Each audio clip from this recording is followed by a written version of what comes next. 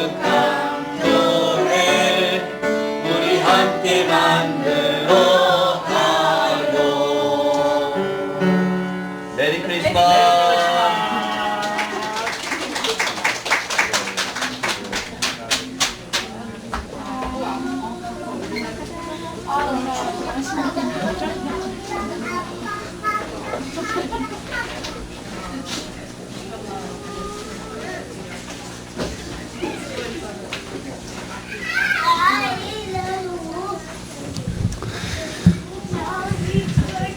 네, 1년에 한 번 얼굴을 보여드려야 저희 교회 아이들이 있다 이렇게 보시고 또 기도해 주시고 또 주일학교가 매년 이렇게 조금씩 늘어나는 것 같이 느껴집니다. 그래서 우리 성도님들이 계속 기도해 주셔서 아이들이 있다는 거는 교회가 또 소망이 있다는 것이고, 또 의외로 제가 이제 노예 안에 교회들을 살펴보면요, 어른들은 뭐 한 100명, 200명 정도 모이는데 아이들이 이제 주일학교 아이들이 뭐 10명 또는 8명 이렇게 주일학교 예배를 드리는 교회들이 많이 있습니다. 그래서 그만큼 교회 안에 어른들은 많은데 아이들은 점점 줄어가고 있는 실정이기 때문에, 그런 반면에 저희 고백교회는 아이들도 이렇게 있고 어른들도 함께 모여서 예배할 수 있다는 것이 진심으로 감사할 내용입니다. 자, 오늘은 믿는 자여 복이 있도다라는 제목으로 하나님의 말씀을 좀 살펴보겠습니다. 성탄에 대하여 축하할 일인가 감사할 일인가, 이 두 가지의 질문을 한 주 동안 제게 보았습니다. 뭐 어느 교회에서 성탄 예배를 마치고 케이크를 자르면서 예수님의 탄생을 축하하는 노래를 부르는 것을 직접 보았습니다. 그런데 가만히 지켜보노라면 왠지 제 마음이 어색하고 불편합니다. 예수님의 탄생에 대해 케이크를 자르고 축하하며 노래한다는 것이 그저 마냥 좋아 보이지만은 않습니다. 어딘가 모르게 어색하고 불편합니다. 영원한 생명이신 그분이 낮은 육신의 몸을 입고 그 안에서 우리와 동일한 인생을 사시기 위해 오셨다는 것이 과연 축하한 일일까요? 본래 하나님의 본체이신 그분이 종의 형체를 입은 것이 과연 축하할 일입니까? 주님의 탄생을 막연히 축하하는 우리의 모습이 다소 어색하고 불편한 모습이 있습니다. 과연 예수님은 탄생으로 무엇을 얻으셨습니까? 우리야 없었던 생명에서 보이는 생명으로 태어났으니까 기뻐할 만하고 축하받을 만한 일이지만, 예수님은 태어나서 무엇을 얻으셨을까요? 오히려 태어나셔서 모든 것을 다 이루신 분이 예수님 아니십니까? 모든 것을 내어주고 모든 것을 잃어버리셨습니다. 그분 편에서는 탄생이 매우 불편한 일일 것입니다. 고통스럽기도 하고 아픈 일일 것입니다. 그럼에도 불구하고 그 사랑 때문에 그 불편함을 감수하셔서 오셨다는 것은 우리로 하여금 주님의 탄생을 축하합니다 라는 인사보다는 예수님의 탄생을 감사드립니다 라는 인사가 훨씬 더 자연스럽지 않을까요? 이 시궁창만도 못한 인생과 인생의 지옥 속에 그 영광과 의로 가득하신 아버지의 계획에 따라 순종하여 오신 그 아들의 탄생에 말로 닿을 수 없는 감사가 우러나와야 합니다. 이러한 시간들을 통하여 성탄의 참된 의미를 좀 생각해 보았으면 좋겠습니다. 오늘 본문은 가브리엘 천사로부터 예수님의 탄생 소식을 들은 마리아의 반응으로 시작됩니다. 마리아는 자신의 몸에서 죄인을 구원하시고 영원 무궁한 나라를 세우실 메시아가 태어날 것을 듣게 되지요. 아직 결혼도 하지 않은 처녀 입장에서는 매우 당혹스러운 일일 것입니다. 그럼에도 불구하고 성령님의 특별한 역사에 의해서 이런 일이 가능하게 될 것을 마리아는 그 말씀을 순수하게 받아들입니다. 사실 도저히 자신으로는 감당할 수 없는 일이지만 주께서 정하신 뜻이라면 주의 뜻과 크신 능력에 자신을 맡기겠다라고 고백합니다. 38절에 보면 주의 여정이오니 말씀대로 내게 이루어지이다 하매 천사가 떠나가니라. 마리아는 그렇게 하나님의 크신 뜻과 능력에 자신을 내어 맡깁니다. 하나님의 백성들을 대표하는 마리아의 신앙을 보면서 성경이 드러내고 나타내며 칭찬하는 많은 믿음의 사람들의 모범이 하나같이 이와 같다는 사실을 보게 되는데, 그들은 많이 넘어졌고 많이 실수한 것도 있지만 결론적으로 믿는 자들은 하나님의 크신 뜻과 능력에 자신을 내어 맡기는 모습으로 우리 앞에 나타나고 있습니다. 과연 우리들의 신앙도 어떠해야 하는지 마리아의 신앙을 보면서 생각해 보게 됩니다. 이제 마리아는 가브리엘 천사의 소식을 듣고 급히 유대의 한 산지로 달려가게 됩니다. 거기에는 마리아의 친척 엘리사벳이 있었기 때문입니다. 당시 엘리사벳도 아이를 잉태하고 있었다. 36절에 그렇게 기록하고 있죠. 아이를 갖고 6달이 된 상태라고 말씀합니다. 누가복음 1장을 자세히 읽어보면 엘리사벳 또한 나이가 많아서 자녀를 잉태할 수 없었던 불가능한 상황이었습니다. 1장 7절에 엘리사벳이 잉태를 못함으로 그들에게 자식이 없고 두 사람의 나이가 많았더라. 자식을 잉태할 수 없는 불가능한 상황 속에서 가브리엘 천사가 하나님으로부터 보내심을 받아 하나님의 은혜로 잉태하게 될 것을 말씀합니다. 그리고 잉태한 그 아들의 사역이 어떤 사역인지를 자세히 소개해 주고 있습니다. 우리가 잘 알듯이 그 아이는 이후 세례 요한이라고 불리웁니다. 이처럼 엘리사벳 또한 임신할 수 없는 어려운 상황 속에 하나님의 은혜와 능력으로 잉태하게 된 것입니다. 그리고 나서 가브리엘 천사는 마리아를 또 찾아가서 남자와 관계없이 성령으로 예수님을 임신하게 될 것을 말씀해 주고 있습니다. 누가복음 1장을 읽어보시면 가브리엘 천사가 참 바빠요. 무슨 소식 전하려고 바쁩니까? 임신 소식 전하려고 바빠요. 처음 가브리엘 천사에게 찾아가고 그 다음 마리아에게 찾아가고 하나님의 말씀, 하나님의 메시지를 전하기 위해 바쁘게 움직이는 것을 보게 됩니다. 누가복음 1장만 자세히 읽어보아도 세례 요한과 예수님의 관계가 서로 밀접하게 연결되어 있다는 사실을 암시해주고 있는 기록들이 많이 있습니다. 단지 비슷한 시기에 임신한 흐름만을 말하는 게 아닙니다. 출생의 과정 속에서 세례 요한과 예수님의 깊은 관계, 또 그 안에 담긴 깊은 신앙의 의미가 우리에게 보여지고 있는 거죠. 39절을 한번 보겠습니다. 이때 마리아가 일어나 빨리 산골로 가서 유대 한 동네에 이르러 사가랴의 집에 들어가 엘리사벳에게 문안하니 엘리사벳이 마리아가 문안함을 들음에 아이가 복중에서 뛰노는지라 엘리사벳이 성령의 충만함을 받아 이 마리아가 친척 엘리사벳 집에 방문해서 인사를 건네려 하자 엘리사벳 태중에 있는 아기가 기쁨으로 뛰놀았다 이렇게 기록하고 있어요. 이미 세례 요한은 엄마 뱃속에서 6개월 정도가 지나가고 있었다. 36절에 그렇게 소개하고 있죠. 지금 저희 둘째가 엄마 뱃속에서 7개월 정도가 됐습니다. 여러분 이 태동이 느껴질까요? 안 느껴질까요? 제가 남편이잖아요. 제가 손대도 느껴집니다. 이게 6개월 정도부터 느껴지더라고요. 물론 그 전에도 느껴지는 경우도 있다고 해요. 성경이 매우 치밀하고 섬세하고 분명하게 아주 정확하게 기록하고 있다는 것을 보게 돼요. 6개월 정도면 복중에 뛰어노는 것이 손을 대도 느껴지는 상태. 성경이 이처럼 매우 구체적으로 그리고 의학적으로 기록하고 있음을 알 수가 있죠. 아마도 누가복음을 기록한 누가가 의사였기 때문입니다. 아주 치밀하고 과학적으로 의학적으로 기록했다는 것이 누가복음뿐만이 아니라 조금 기록한 이후에 사도행전을 기록하게 되는데 사도행전의 문체 속에서도 아주 치밀하게 기록하고 있다는 것을 보게 돼요. 흥미로운 건 문안하는 소리가 들릴 때쯤 엘리사벳의 복중에 있던 세례 요한, 아기가 막 뛰어노는 거예요. 기쁨으로 뛰어노는 거예요. 제가 이렇게 추측하건대 처음 태동은 아니었을 거예요. 처음 태동은 아니었을 거예요. 그럼에도 불구하고 매우 특별한 태동이었을 것입니다.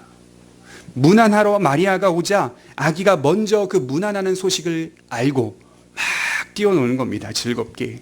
우리가 흔히 예수님과 세례 요한의 만남을 어디서부터 소개하고 있죠? 첫 만남을 요단강에서부터. 예수님이 세례 요한에게 세례를 받으러 나왔던 요단강에서의 요한과 주님의 첫 만남이 있었을 것이다라고 생각할 수 있지만 성경은 이미 복중에서 요한과 주님은 만나고 있었다 이렇게 기록하고 있는 거예요. 요한은 이미 예수님을 알아보고 있었습니다. 마리아의 뱃속에 죄인을 구원하실 메시아가 수태되었다는 사실을 알고 기뻐서 뛰놀고 있어요. 이것이 요한과 예수님과의 첫 만남입니다. 주님과 세례 요한의 관계가 이처럼 밀접하게 연결되어 있습니다. 어떤 의미로 연결되어 있는 걸까요? 이제 앞으로 세례 요한은 앞서서 주님의 길을 예비하는 자로 삶을 살 것이요, 예수님은 요한이 밝히 드러낸 그 길 위에서 그 목적을 신실하게 성취하실 분으로 드러나고 있다는 것이죠. 주님과 세례 요한은 뗄래야 뗄 수 없는 관계 속에서 출생하게 된다. 마가복음 1장 7절에 보면 그가 전파하여 이르되 나보다 능력 많으신 이가 내 뒤에 오시나니 나는 굽혀 그의 신발끈을 풀기도 감당하지 못하겠노라. 나는 너희에게 물로 세례를 베풀거니와 그는 너희에게 성령으로 세례를 베푸시리라. 이것은 죄인인 인간이 우리를 구원하실 메시아를 간절히 기다리고 있다는 사실을 말해주고 있습니다. 이제 태어나 축하를 받아야 할 요한에게도 예수님의 잉태는 기다려지는 것이었다는 겁니다. 자신이 탄생할 것에 대한 축하보다도 자신을 구원하실 예수님과의 첫 만남이 그렇게 기뻤고 좋았던 것이죠. 사실 여러분, 세례 요한도 축하받아야 될 존재 아닙니까? 이제 곧 태어나니까. 그러나 요한 입장에서는 자기는 축하받을 대상이 아니라는 거예요. 그게 아니라는 거예요. 오히려 요한도 예수님을 기다리고 있었다는 거예요. 태중에서부터 이미 예수님의 출생을 기다리고 또 예수님을 만났을 때 기뻐하며 흥분하며 즐거워하고 있었다는 거예요. 모든 인류에게 가장 시급하고 절실한 문제가 뭘까요? 우리를 구원하실 메시아와의 만남 아닙니까? 그것이 믿지 않는 자들에게 대단히 가볍게 경솔히 여겨질 것이지만 진정으로 믿는 자들, 인생의 쓰디쓴 존재의 절망감과 허무함, 헛됨을 매일 경험하는 자들에게는 예수님의 출생은 가장 중요한 문제였습니다. 여러분, 지금 이 시간에도 성탄절이라고 해서 밖으로 나가 세상에서 문화를 즐기고 또 쾌락을 즐기며 살아가는 많은 사람들이 있겠죠. 사실 그분들에게는 성탄이 기다려지는 게 아닙니다. 성탄이 기다려지는 게 아니에요.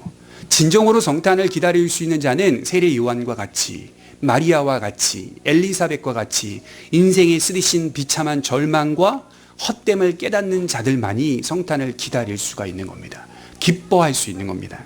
이어서 엘리사벳이 성령이 충만하여 이렇게 외치고 있습니다. 42절에 큰 소리로 불러 이르되 여자 중에 내가 복이 있고 내 태중에 아이도 복이 있도다. 내 주의 어머니가 내게 나아오니 어찌된 일인가.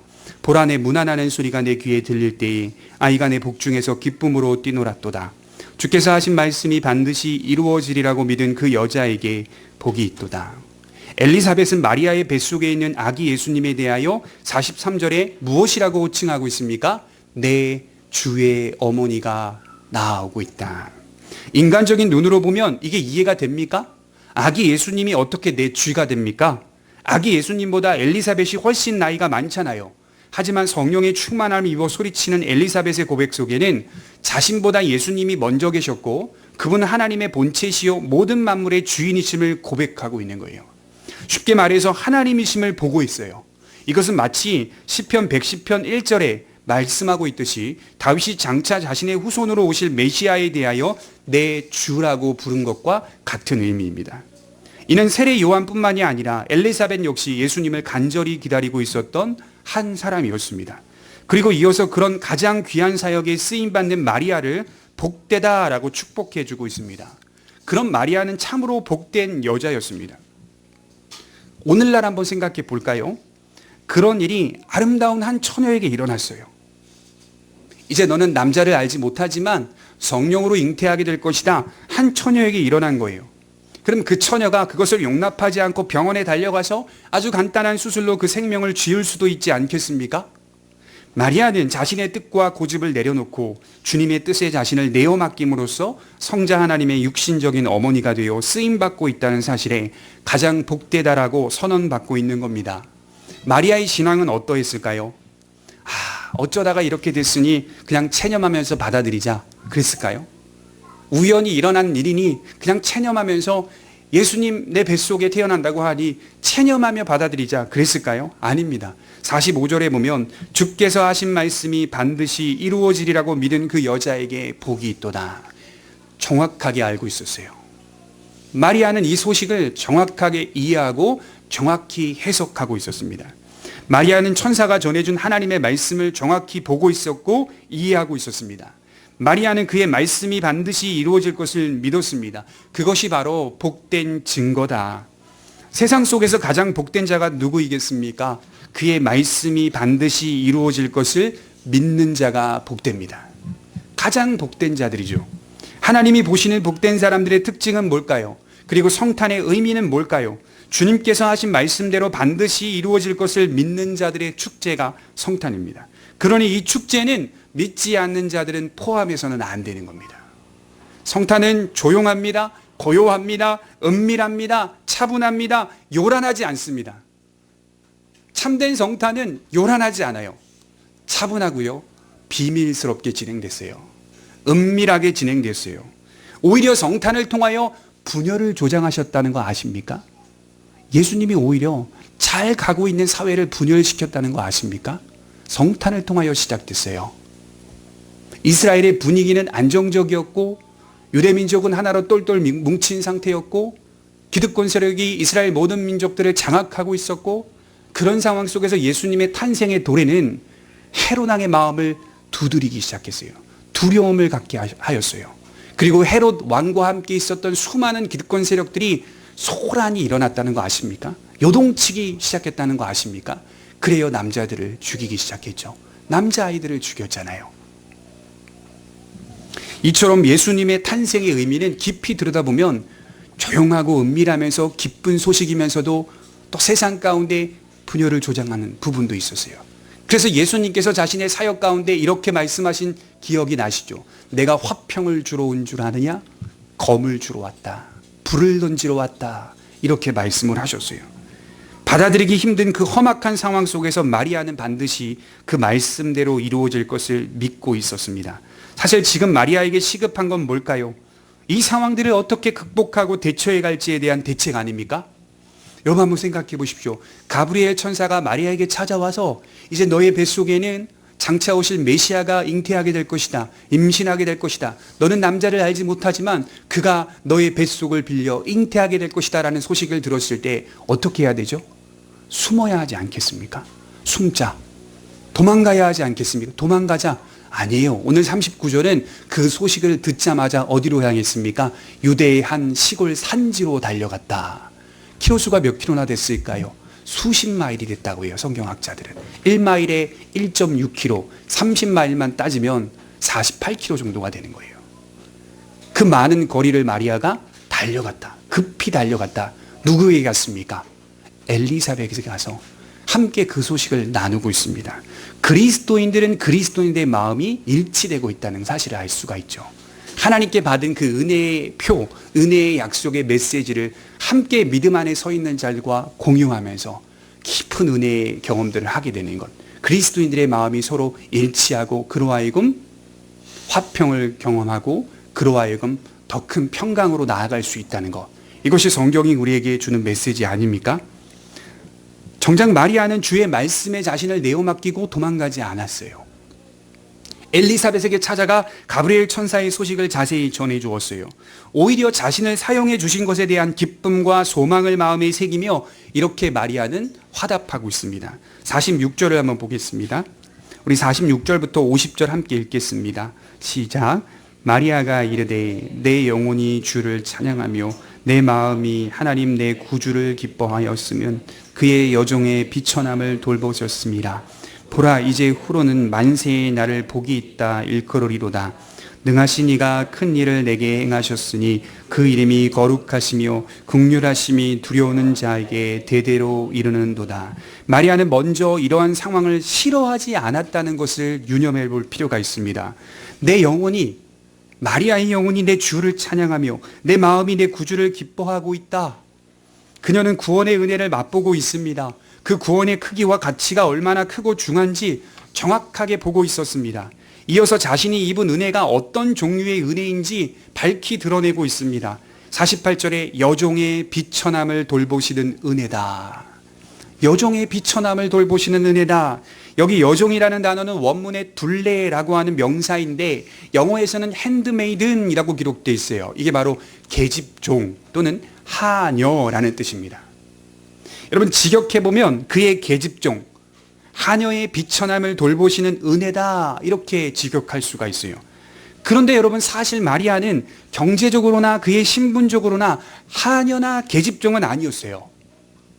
성경은 마리아가 왕족임을 기록하고 있습니다. 다윗의 자손이었기 때문에 사실 마리아가 자신을 향해 이런 호칭을 붙이는 것에 대해서 다소 어색한 호칭이에요. 그녀는 경제적으로나 신분적으로나 계집종이 된 적이 없어요. 하녀도 된 적이 없어요. 그럼에도 불구하고 자신은 계집종이고 자신은 하녀다. 그런 자신을 돌보시는 은혜다. 이렇게 기록하고 있어요. 어색하지 않습니까? 그럼 무엇 때문에 이렇게 말하는 걸까요? 보다 근본적인 차원에서 자신을 보고 있는 겁니다. 근본적인 차원에서 자신을 보고 있는 거예요. 사회적인 약자냐 사회적인 강자냐의 문제가 아니라 인간이 가진 보다 근본적인 차원에서의 비천함을 보고 있습니다. 외부적으로 무엇 하나 부족함 없이 만인 가진 자들도 공통적으로 느끼는 존재의 비천함이 있습니다. 외부적으로 번듯한 사람도 인간으로서 느끼는 존재의 비천함이 있습니다. 아니 느낄 수밖에 없습니다. 모든 사람이 사람 앞에서가 아니라 하나님 앞에서 의식하게 되는 절망적인 영적 상태가 있습니다. 살아가다 보면 많이 가진 자나 많이 가지지 못한 자나 동일하게 공통적으로 느끼는 의식이 있죠. 그 의식은 인간과 인간 앞에서의 의식이 아니에요. 자기도 모르는 사이에 불현듯 마음에 드는 두려움인데, 그 두려움은 하나님 앞에서 인간의 영적인 절망적 상태의 의식, 내가 비천한 존재이구나라고 하는 의식, 지금 나는 떵떵거리며 살 수 있는 좋은 위치고 고귀한 신분임에도 불구하고 거기서 주어지는 기쁨과 평강과 만족감과 안정감이 없더라는 거예요. 잠시 주어질 수는 있지만 아니에요. 조금 지나고 나면 하나님 앞에서 느껴지는 의식이 있어요. 절망적인 영적 상태가 있어요. 그래서 이 비천함이라는 단어가 타페이노시스라고 하는 단어인데, 가장 낮은 신분, 가장 굴욕적인 상태를 말해요. 마리아는 계집종인 적이 없어요. 하녀인 적도 없어요. 그럼에도 마리아의 인생 속에 마리아가 느끼는 자신의 영혼의 상태는 굴욕적인 상태였다는 거예요. 하나님 앞에서 사실 가장 낮은 존재라는 것을 깨닫고 있는 상태예요. 여러분, 우리의 배움도, 우리 재산도, 우리의 명예도 우리의 비천한 상태를 해결해 주지 못합니다. 오히려 우리가 가진 모든 것들이 지극히 죽을 수밖에 없는 죄인임을 증명하는 데 사용될 뿐입니다. 가지면 가질수록 여러분 그것이 기쁨이고 안정될 것 같죠? 아니요. 그가 예수 그리스도를 믿지 못한다면 그것이 오히려 자기는 죽을 수밖에 없는 존재임을 증명해 주는 하나의 도구가 되는 겁니다. 많이 가질수록 그것이 더 도구가 되는 거예요. 지금 마리아는 자신이 그런 사람임을 고백하는 거예요.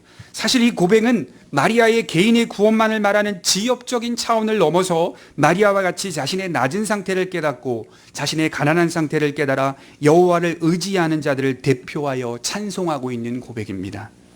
그리고 이어서 하나님께서 행하실 구원 사역이 어떤 모습으로 나타나게 될지를 말해주고 있어요. 51절 보겠습니다. 그의 팔로 힘을 보이사 마음의 생각이 교만한 자들을 흩으셨고 권세 있는 자를 그 위에서 내리치셨으며 비천한 자를 높이셨고 줄이는 자를 좋은 것으로 배불리셨으며 부자는 빈손으로 보내셨도다. 여러분, 성탄이요? 모든 사람을 구원하겠다고요? 모든 사람들에게 기쁜 소식이라고요? 아닙니다. 천만의 말씀입니다. 처음부터 성탄은 두 대상을 나누고 있습니다. 처음부터 성탄은 구원 얻을 자와 구원 얻지 못할 자를 나누고 있어요. 주님이 행하실 구원의 방식을 들여다보십시오. 구원은 마음의 생각이 교만한 자를 흩으시는 방식으로 임할 거다. 세상 속에서 권세를 가지고 남을 다스리며 악을 행하는 자들을 내리치는 방식으로 구원이 임할 것이다. 그리고 그들을 어떻게 보내겠다고요?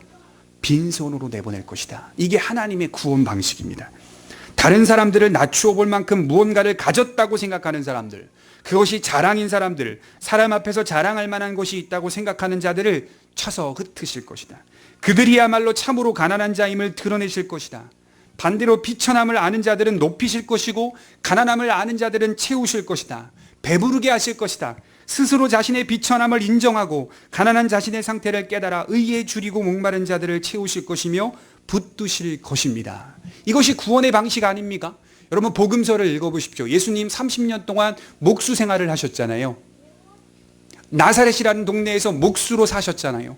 그렇게 부모님의 말씀에 순종하며 사시다가 예수님의 사역이 공생애가 30년 이후부터 시작돼요. 3년 반 동안 이루어지게 되는데, 그때 예수님의 사역을 보면 예수님은 항상 두 대상을 나누셨어요. 그렇지 않으십니까? 하나님을 믿노라고 말하면서도 기득권을 잡고 있었던 바리새인과 사두개인과 대제사장들을 쳐서 흩으시는 사역을 하셨어요. 그렇지 않습니까? 그리고 병든 자, 귀신 들린 자, 학대받는 자, 고통받는 자, 슬픔을 경험하는 자, 그 모든 사람들을 모으셨어요. 그리고 그들에게 채워주셨습니다. 이것이 하늘의 진정한 진리이며 보배며 하늘의 진정한 양식임을 계속적으로 부어 넣어주셨어요. 교만한 자들은 빈손으로 계속 보내셨고요. 가난한 자들은 계속 채워주셨어요. 기쁨으로 채워주셨어요. 그들이 예수 그리스도를 진정으로 만났던 사람들 아닙니까? 여러분, 계시록 3장 17절 한번 찾아보겠습니다. 요한계시록 3장 17절입니다.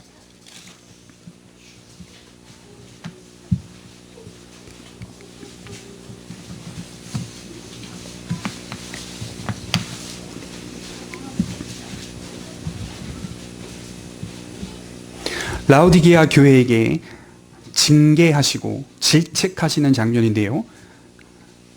그들의 모습이 어떠한지를 한번 들여다봅시다. 요한계시록 3장 17절 우리 한 구절 함께 읽어보도록 하겠습니다. 시작. 내가 말하기를 나는 부자라 부요하여 부족한 것이 없다 하나 내 곤고한 것과 가련한 것과 가난한 것과 눈먼 것과 벌거벗은 것을 알지 못하는도다.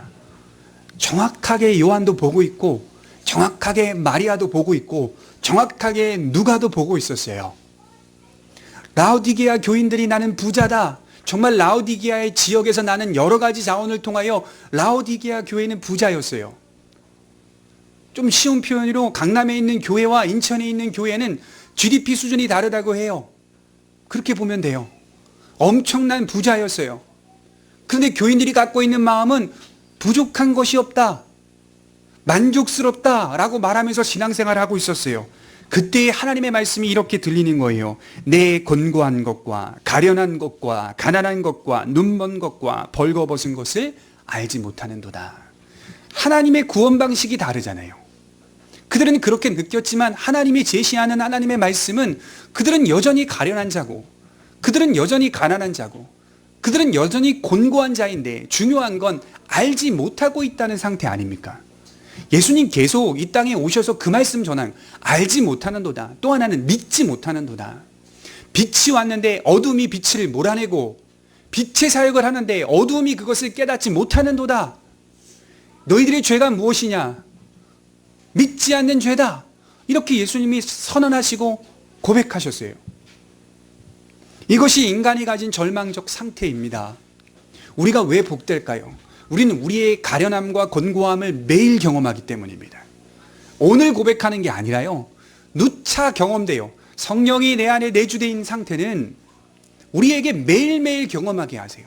영적인 상태, 헛됨의 상태, 부족한 상태, 곤고한 상태, 가난한 상태를 매일 경험하게 하셔서 거기서 끝내지 않고 채워주시는 사역을 합니다. 그게 아니라 기쁨의 메시지로 채워주십니다. 세상에 있는 게 아니라 하나님이 우리를 축복하셔서 우리를 높은 자리에 올리셔도 거기에 미련을 갖는 게 아니라 그저 하나님 내 인생을 높여주신 것 뿐입니다. 그리고 내가 만족할 수 있는 것은 내 빈자리를, 내 가련하고 곤고한 그 공간을 채우시는 하나님의 메시지 아닙니까? 동행 아닙니까? 임마누엘 아닙니까? 그것이 그리스도인들의 참된 복됨입니다. 이러한 구원이 하나님의 즉흥적인 감정에 의해서 시작된 게 아니라 영원하신 하나님의 계획 속에서 긴 역사를 타고 아주 차분히 잘 진행되어 왔다는 사실을 말해주고 있습니다. 우리 1장 54절을 한번 보겠습니다. 누가복음 1장 54절. 그 종 이스라엘을 도우사 긍휼히 여기시고 기억하시되 우리 조상들에게 말씀하신 것과 같이 아브라함과 그 자손에게 영원히 하시리로다 하니라. 구원은요, 갑자기 결정된 게 아니다, 이 말을 하는 거예요. 하나님이 즉흥적인 감정에 의해서 결정한 방식이 아니다. 차분하게 진행되어 왔던 역사적인 상황이다. 아브라함을 부르시고 택하셔서 그와 언약을 맺으시고 그 언약의 성취가 이스라엘의 역사를 타고 유다 지파 다윗의 후손으로 오실 예수 그리스도임을 말씀하고 있습니다. 그 과정 속에서 인간은 항상 실패하고 넘어졌지만 우린 뭘 자꾸 목격합니까? 이스라엘의 실패를 목격하고 있죠. 그 역사 속에서 이스라엘이 실패하며 넘어왔다는 것은 우리 또한 우리의 역사 속에서 실패하며 넘어질 수 있다라는 모습을 보는 거예요. 인간은 실패하고 넘어졌지만 하나님은 그의 약속대로 예수님을 보내셨다. 이 얼마나 하나님의 작정이 흔들림 없이 진행되어 왔는지 보라는 겁니다. 3,000년, 4,000년의 긴 역사 속에서 이렇게 차분하게 잘 진행되어 왔다는 것을 볼 때 하나님의 말씀은 믿을 만한 겁니다. 믿을 만한 거예요. 수십 년이 지나면 인간은 자꾸 변해요. 뜻과 생각과 계획이 자꾸 변해요. 정책도 변하고 사회도 변하고 문화도 변해요. 금방금방 인간은 오래 참음을 잘 하지 못해요. 그러나 하나님은 긴 역사 속에서 차분하게 그의 계획대로 그 역사를 따라 예수 그리스도를 보내셨습니다. 그리고 이러한 증거를 마음에 새기고 우리는 장차 온전히 일어날 구원을 바라며 지키며 소망하며 믿음으로 살아가야 할 것입니다. 아브라함과 그의 씨에게 약속하신 영원한 그의 나라가 우리의 역사 속에서 분명하게 완성되며 우리는 그의 유업을 확실하게 받게 될 것입니다. 이것이 바로 성탄의 진정한 의미입니다. 기도하도록 하겠습니다.